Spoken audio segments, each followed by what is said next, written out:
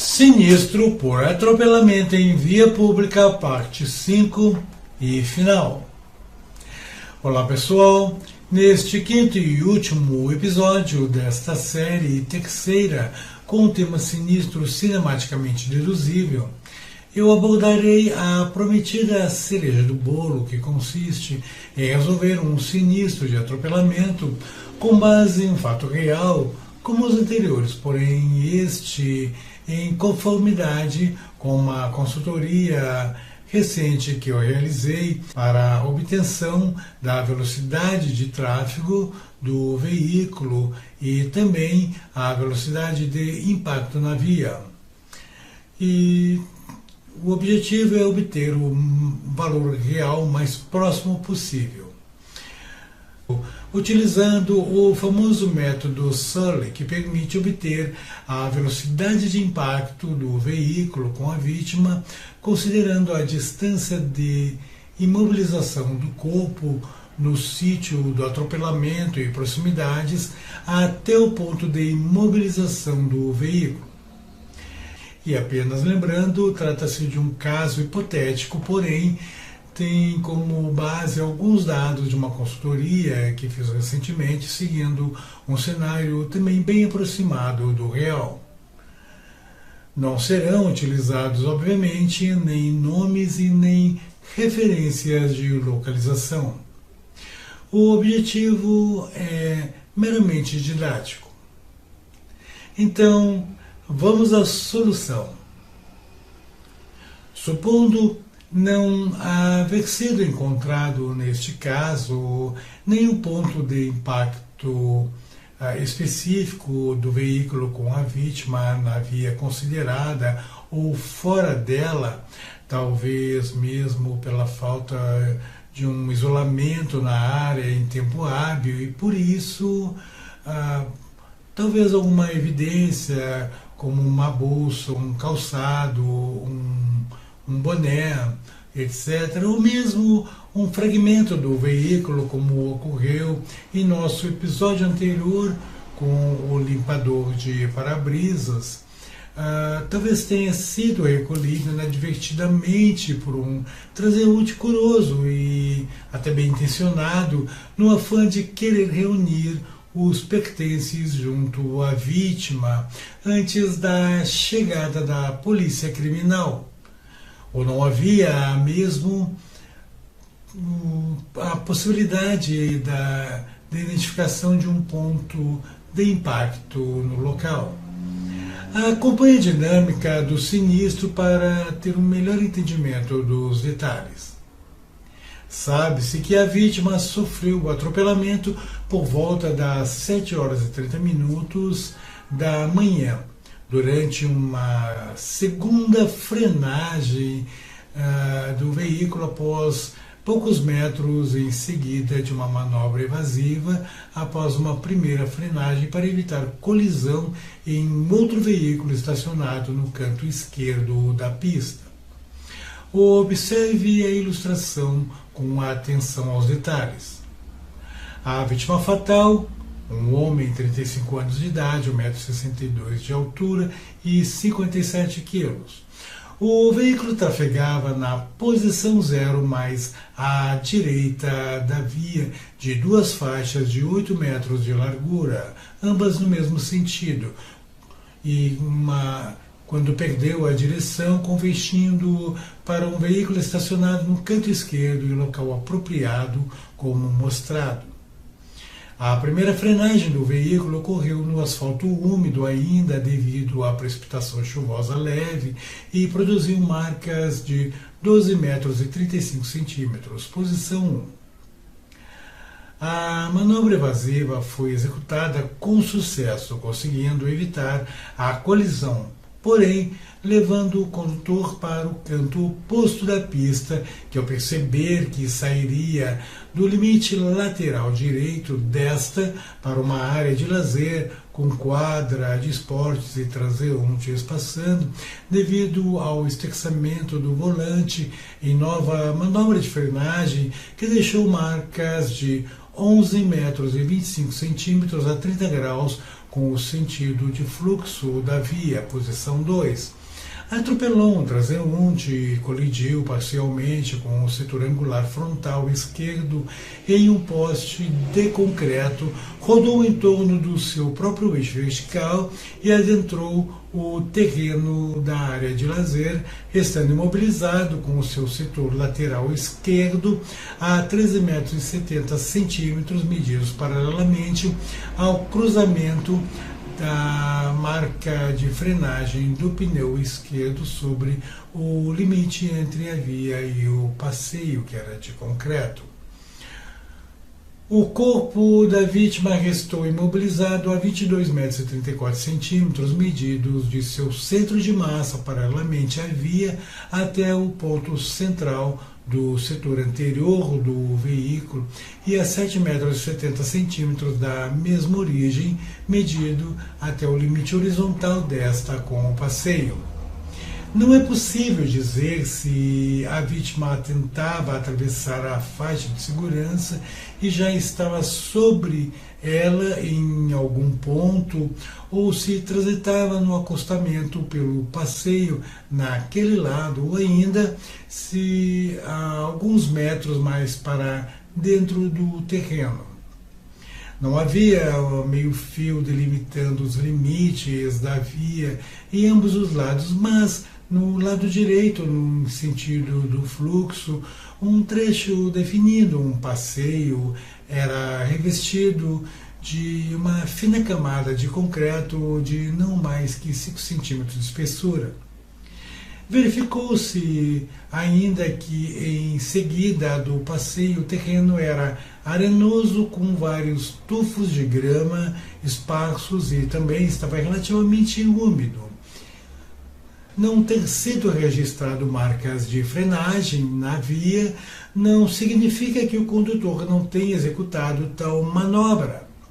E é muito provável que o seu sistema de freios fosse do tipo ABS e que, como sabemos, raramente deixam marcas visíveis. Portanto, em princípio, precisaríamos de uma outra variável que representasse aquela da velocidade das frenagens, pois elas realmente aconteceram e foi devido a elas que conseguimos calcular a nossa velocidade de impacto hipotética e, bem mesmo, resultou na velocidade de tráfego, cinematicamente correta. Justamente para preencher esta lacuna devido aos sistemas de frenagem ABS, surgiram modelos matemáticos de cinemática como este que agora vamos abordar na nossa segunda solução e que referi como a cereja do bolo. Cansados? Eu espero que não. Vai ficar bem legal agora. Vamos resolver então esta questão da velocidade de impacto primeiro, utilizando um método matemático teórico e experimental que levará em consideração a distância de projeção do corpo da vítima em relação à distância do veículo imobilizado. E para isso será necessário a aplicação do modelo matemático conhecido como método Surley, apresentado por John D. Surley e aprovado pela comunidade científica em 1993 em sua exposição no Congresso Internacional da SAI, realizado em Detroit, Michigan, com a apresentação de um paper de estudo que ele intitulou como sendo The Physics of From-Distance Accident Reconstruction, ou a física da distância de arremesso na reconstrução de acidentes. E o modelo matemático de Surley, e que tomei a liberdade de adaptá-lo para resultar já em unidades de km por hora, é representado por duas equações que permitem estimar a velocidade teórica mínima e a máxima de impacto do veículo a partir da distância de projeção do corpo da vítima. Observe as duas equações e as suas variáveis, onde a variável νi nas equações é o coeficiente de fricção do corpo na via, ou superfície, que poderá ser asfalto seco ou molhado, ou grama seca ou molhada, ou ainda estar em função da roupa da vítima arrastando sobre os mesmos tipos de condições de superfície, em conformidade com a tabela 1 de Sully, e por mim adaptada e traduzida, e eu não vou mostrá-la ainda, mas em seguida. Assim como a variável EP é reconhecida como fator de eficiência de projeção de Eubanks e é definida em conformidade com a tabela 2 de Sully, também adaptada e traduzida por mim, e que eu mostrarei juntamente com a anterior. Já a variável D é a distância horizontal medida do veículo na zona do sinistro, no ponto de impacto mais provável, que foi, neste caso, o setor anterior do veículo imobilizado, até o centro de massa do corpo da vítima imobilizada no solo. E a variável H, o índice ICM, representa a altura do centro de massa da vítima em relação ao peso. Na economia, essa medida representa 55% da altura do indivíduo. Algumas literaturas diferenciam como 54% em média para as mulheres, indo até 60% para homens. A altura do indivíduo é representada na figura por H maiúsculo. E por último, a constante da gravidade G, que é 9,81 metros por segundo ao quadrado. Apesar do modelo Sully oferecer duas equações na prática, normalmente a maioria das vezes se utiliza apenas uma delas, a da velocidade mínima, pois em grande parte se verifica que a projeção do corpo foi do tipo RAP, que é a mais comum de ocorrer e muito conhecida por montagens sobre o capuz, em que a trajetória do corpo faz com que o mesmo fique imobilizado a certa distância à frente do veículo, com a cabeça voltada para o setor anterior deste.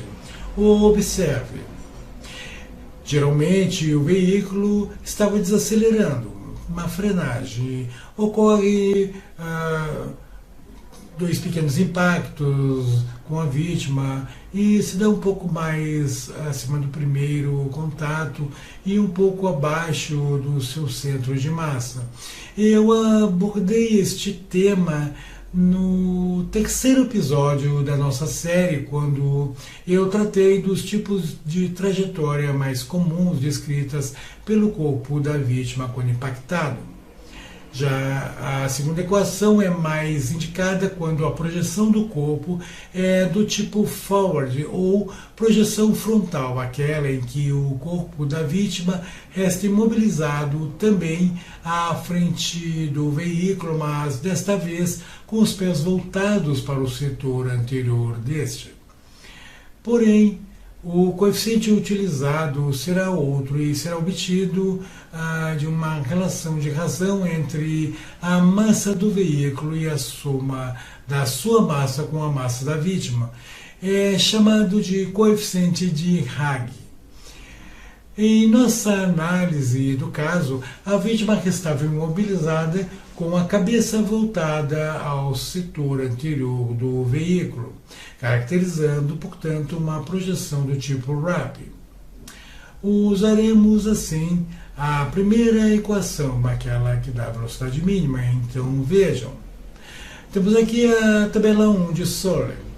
Observe que a primeira coluna, a pessoas com roupas normais. Na segunda coluna são os tipos de superfície, asfalto ou grama, e a sua condição seca ou molhada. E na terceira coluna, os respectivos coeficientes de fricção Ni, que basicamente são dois. Notem que para o asfalto seco ou molhado, Surley verificou o mesmo coeficiente de 0,66 e para a grama seca ou molhada também o mesmo coeficiente, que no caso é 0,79. Já a tabela 2 de Surley apresenta os coeficientes de Eubanks para a eficiência, cujo propósito é fazer uma correção de velocidade na equação de Surley, devido à projeção do corpo da vítima, objetivando, portanto, a máxima aproximação com a real velocidade do veículo. Vejam que se tratam de coeficientes médios, pois a obtenção dos coeficientes reais se dá pela equação de Eubanks. Outro pesquisador que verificou, então, que a equação de Surley não correspondia exatamente, como dissemos, com a velocidade real do veículo, pois no impacto com o corpo humano há um certo amortecimento e este não reproduz a exata velocidade do veículo, uma vez que absorve certa quantidade de energia cinética deste, porém amortece um pouco. Eubanks então verifica e propõe um coeficiente de correção em que ele divide a altura da extremidade do setor anterior do veículo pela altura do centro de massa da vítima, que em média, como citei, é 55% da sua altura. Lembrando que há literaturas, como referi, que diferenciam ainda, colocando que em média para mulheres corresponde a 54% e para homens até 60%. O ideal mesmo seria fazer a medição real na vítima. Observe que Surley classifica os coeficientes médios de Eubanks em 4 grupos. O primeiro, adultos, com o coeficiente médio de Eubanks em 0,726. O segundo, crianças com o coeficiente médio em 0,813. O terceiro e quarto são em função da característica da altura da frente do veículo. Veículos de frente baixa com coeficiente médio de 0,689 e veículos de frente alta com coeficiente médio de 0,793. E mostra também um valor de coeficiente de 0,775 como valor médio global das médias de todos os grupos. Note ao lado a equação de Eubanks e acima dela a equação de Hague. A imagem em seguida já permite entender melhor que seria essa diferença entre veículo de frente alta e veículo de frente baixa.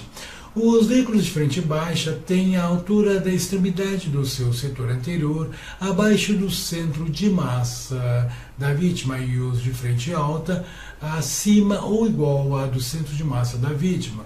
Como citei, estes desenhos, dados da tabela 2, são coeficientes médios obtidos para o caso de projeção do tipo RAP. E se fosse do tipo Forward, precisaríamos de uma outra tabela com coeficientes médios obtidos da relação da equação de Hague. Surley, que trata, como já mencionado, o título de um estudo envolvendo a projeção de indivíduos a partir de impactos frontais em seus corpos, projetando sobre duas superfícies, o asfalto ou a grama em duas diferentes condições, cada uma delas a condição seca ou a condição molhada. Segundo o estudo de Surley, o corpo da vítima, ao ser projetado numa das duas condições estudadas, literalmente quica uma ou duas vezes no chão após descrever uma parábola maior e tocar a superfície onde haverá imobilização. ele sofre então um ou mais pequenos toques, solavancos e arrastes, deslizamento e até mesmo rolamento final até ficar totalmente imobilizado. Searle identifica neste movimento três fases. A primeira, o impacto do atropelamento, onde o corpo da vítima rotaciona parcialmente, e a segunda fase é a fase de voo, em que ele é projetado para a frente do veículo, e a terceira é a fase de deslizamento até a imobilização, onde pode ocorrer logo seguido do impacto, como a superfície de queda, pequenos solavancos, como se quicasse, arrastamento, deslizamento e até mesmo rolamento até parar. Daí a influência dos coeficientes de fricção e eficiência de projeção está relacionado com as condições, tipo de superfície avaliada, relação com o tipo de roupa, se é criança ou adulto, também a questão da altura da frente do veículo. Bom, iniciando a solução do caso e levando então em consideração que a vítima ficou imobilizada dentro do terreno arenoso e úmido, com tufos esparsos de grama, e mesmo sabendo que a tabela 1 de Searle considera apenas grama úmida, nós utilizaremos desta primeira tabela o coeficiente Ni igual a 0,79, observe. E já da segunda tabela de Searle, como a vítima trata-se de um adulto, o coeficiente de eficiência de projeção EP de Eubanks utilizado será o 0,726. Observe, considerando ainda que a vítima tem 1,62 m de altura e o seu centro de massa corresponde a 55% da sua altura, a variável H índice CM será 0,891 metros. E quanto à variável D, sabemos que a distância de mobilização do corpo da vítima conforme a dinâmica do sinistro foi D igual a 22 metros e 34 centímetros, substituindo no modelo de Searle, calculando a velocidade de impacto mínima será de aproximadamente 68 km por hora. Observe. Já a velocidade de tráfego, assim como a equação geral da velocidade originada da conservação da energia cinética, aqui não será diferente. Dentro do radical, serão somados o quadrado da velocidade de impacto obtida por Searle com o quadrado da velocidade de dano da tabela Crash Test e o quadrado da velocidade de mobilização. Observe o desenvolvimento. O resultado corresponderá a aproximadamente 92 km por hora. Vejam que interessante.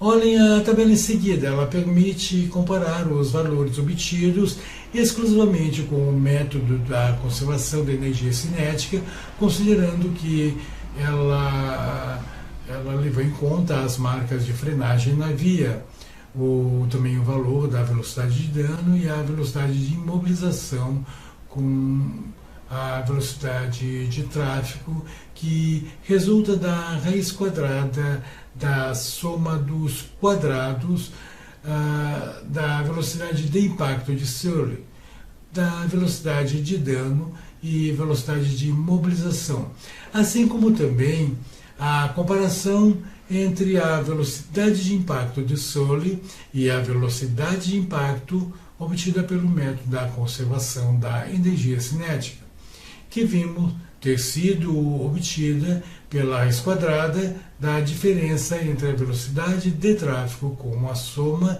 dos quadrados das velocidades equivalentes à energia cinética dissipada nas frenagens 1 e 2. Observe a proximidade dos valores de velocidade de tráfego. Vejam que Searle ficou apenas 2,22% acima da velocidade obtida totalmente com o método da conservação da energia cinética. E, mais uma vez, é claro que, como visto na obtenção pelo método da conservação da energia cinética, foi considerada a existência de marcas de frenagem, porque se não fossem observadas na via tais marcas, o resultado, como vimos, apesar de matematicamente correto, não corresponderia à realidade dos fatos, pois as frenagens, elas realmente aconteceram.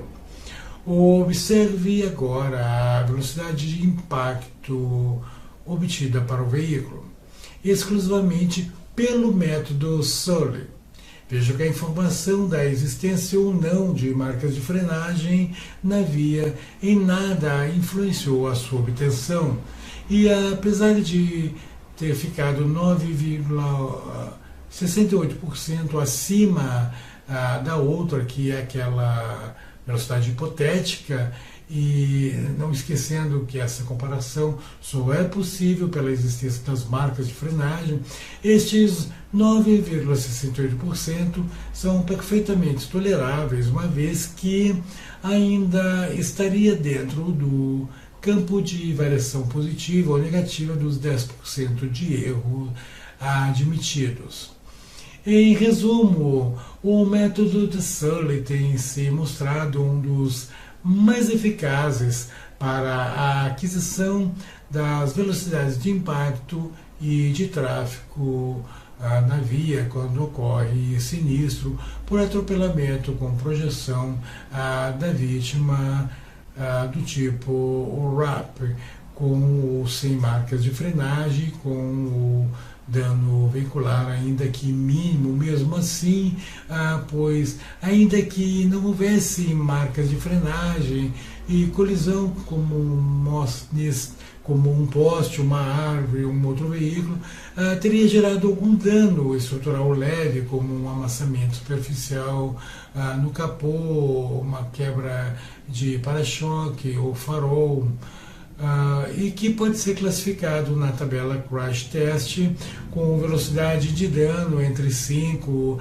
a 20 km por hora.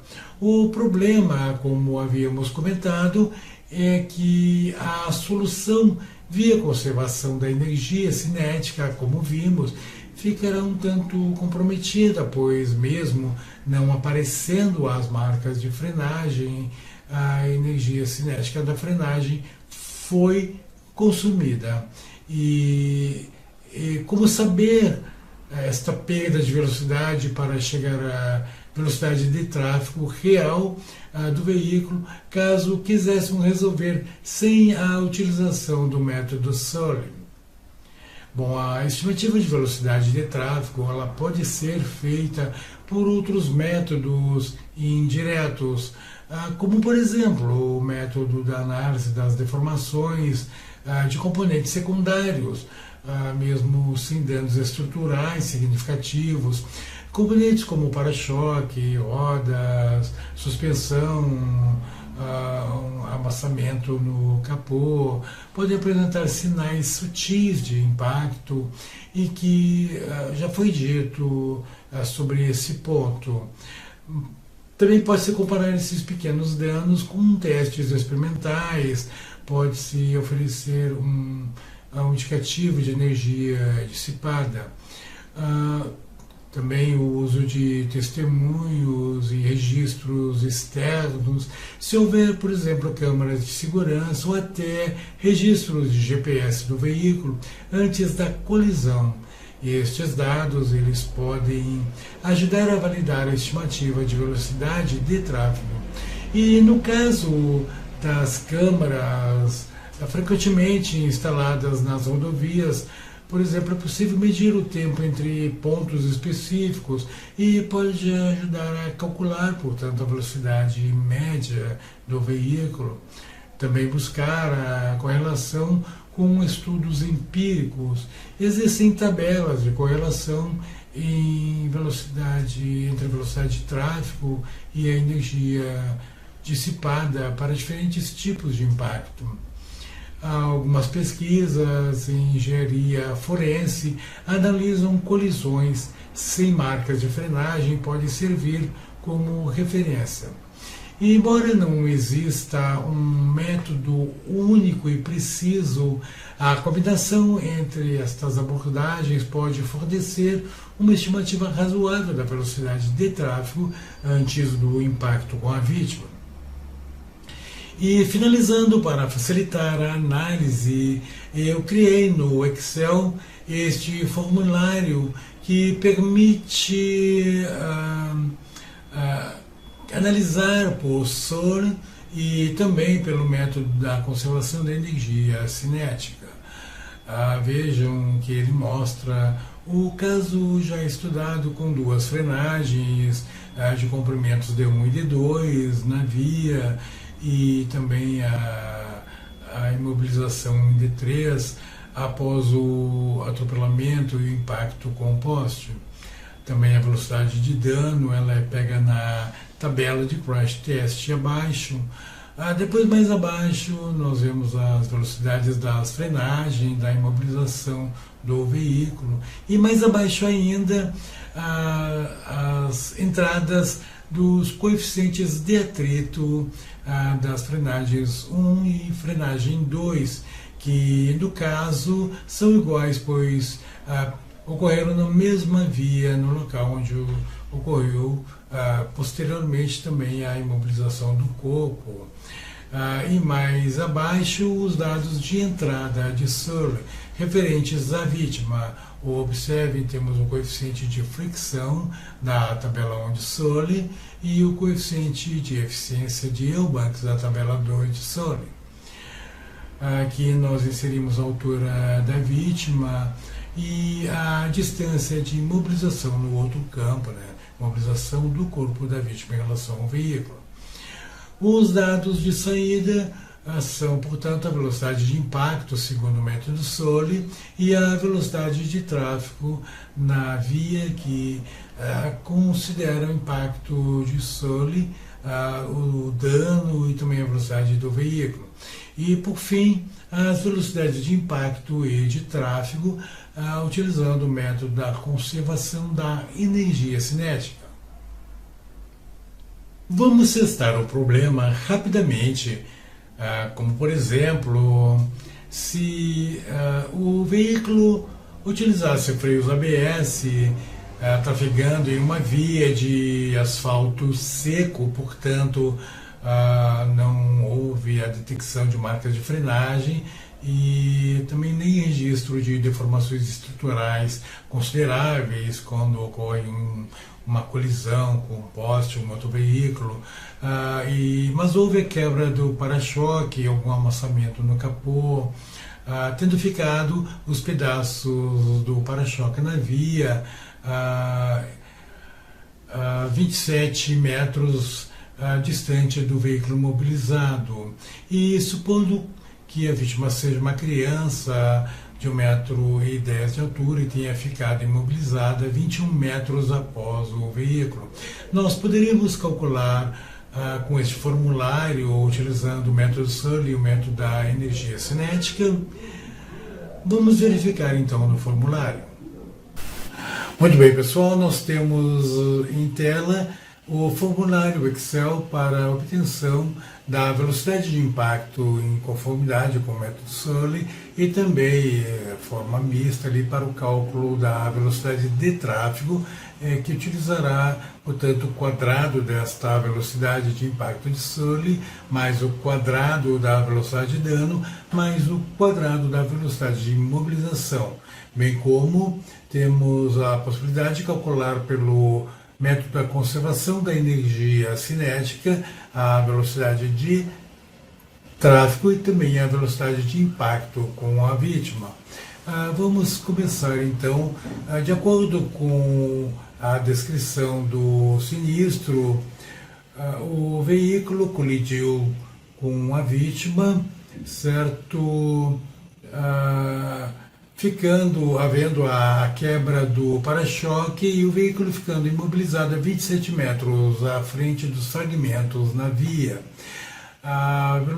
Houve o dano que foi a quebra do para-choque e um leve amassamento no capô. Bom, Entramos aqui então primeiro com a distância de mobilização, que foi 27 metros. Ok? Não colocamos nada aqui em frenagem porque ele utiliza freios ABS, não foram detectadas as marcas de frenagem.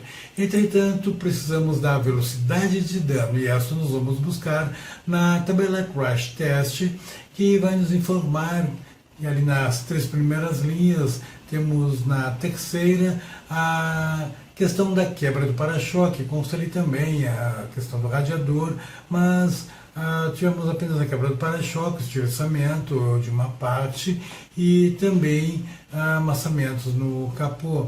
Então, a velocidade que nós assumiremos será em torno de, a média de 15 km por hora. Veja que os limites são de 10 a 20 km por hora, vamos então tomar como 15 km por hora, perfeito? Agora nós passamos aqui na segunda linha, nós temos aqui dados de saída, que são as velocidades específicas das frenagens e da imobilização. Passamos para a terceira linha, nada nos atritos de frenagem, mas precisamos colocar o atrito referente à imobilização do veículo, esses 27 metros. Então, como trata-se de uma via de asfalto seco, nós olhamos na tabela de coeficientes de atrito para vias e vamos encontrar que o asfalto seco equivale a 0,80. Perfeito? Opa, 0,80. Tá? Note que imediatamente ele já nos mostrou a velocidade de mobilização do veículo, que foi 74 km por hora. Temos então aqui a velocidade de dano e a velocidade de mobilização do veículo. Bom, os atritos de frenagem não vai nada, certo? Atrito de mobilização já vimos ali. E nós temos depois aqui a questão dos dados de entrada de Surley, no caso, o coeficiente de fricção, que vem lá da tabela 1 de Surley. Na tabela 1, o coeficiente Ni vai equivaler a 0,66, porque é o asfalto seco, certo? Tanto faz seco ou molhado, seria 0,66. E o coeficiente de eficiência de Eubanks na tabela 2 corresponderá, por se tratar da vítima uma criança, será 0,813. Ok? O próximo dado a ser entrado é a altura da vítima, 1 metro e 10 centímetros. Ok? E a distância de imobilização do corpo da vítima em relação ao veículo, que foi 21 metros. Tá? Notem agora os resultados que nós temos. A velocidade de impacto a 76 km por hora, em conformidade com o Surley. E a velocidade de tráfego, 107 km por hora. Se dividirmos aqui o tráfego pelo impacto, nós teremos uma diferença, um delta de velocidade, decréscimo de velocidade de aproximadamente 41%. Notem que a velocidade de conformidade com a conservação da energia cinética deu 76 km por hora também para a velocidade de impacto e também para a velocidade de tráfego. Ora, por que deu esse erro? Como nós havíamos comentado, a velocidade, aqui a equação para a utilização com a conservação da energia cinética necessita deste dado de entrada, deste delta de velocidade referente à dissipação da energia cinética na frenagem. Ocorreu, mas por ser freio ABS, não detectamos, então não pode ser entrado o dado. Se pegarmos, por exemplo, esses dois dados de entrada aqui, que nós tivemos um dado de entrada que foi os 15 km por hora como velocidade de dano e também aqui a velocidade de mobilização, que foi um dado de saída de 74,11 km por hora, somarmos o quadrado dos dois e tirarmos a raiz quadrada, nós vamos ter exatamente os 76 km por hora, pois a velocidade de tráfego é dada pela raiz quadrada do quadrado da velocidade de frenagem, mais o quadrado da velocidade de dano, mais o quadrado da velocidade de imobilização. E neste caso nós não tivemos a velocidade de frenagem. Então, somando apenas o quadrado das duas, resultará no 76. Então vejam que, neste caso, obviamente, nós optamos pelo resultado dados aqui em função da equação de Searle e a utilização dela para a determinação da velocidade de tráfego, que foi justamente o quadrado da raiz quadrada da velocidade de impacto de Searle, mais o quadrado da velocidade de imobilização do veículo e mais o quadrado da velocidade de dano, que foi os 15 km por hora. Calculando, nós chegaremos àquela velocidade de tráfego de 107 km por hora. Viram como é simples? Então é isso, pessoal. Espero que tenham gostado. Bem, pessoal, fico por aqui, fechando assim o quinto e último vídeo desta série sobre sinistro por atropelamento em via pública, com o terceiro sobre sinistro cinematicamente deduzível. O meu contato para atuação como perito da parte ou consultorias nesta e outras áreas de minhas competências através do WhatsApp 051 983 490 408 ou pelo e-mail consulta@bfperito.com.br. Visite também a minha página web pelo QR Code no canto superior esquerdo da tela ou em www.abfperito.com.br. A ABF Perito, perícias e consultorias, competência, qualidade e confiança.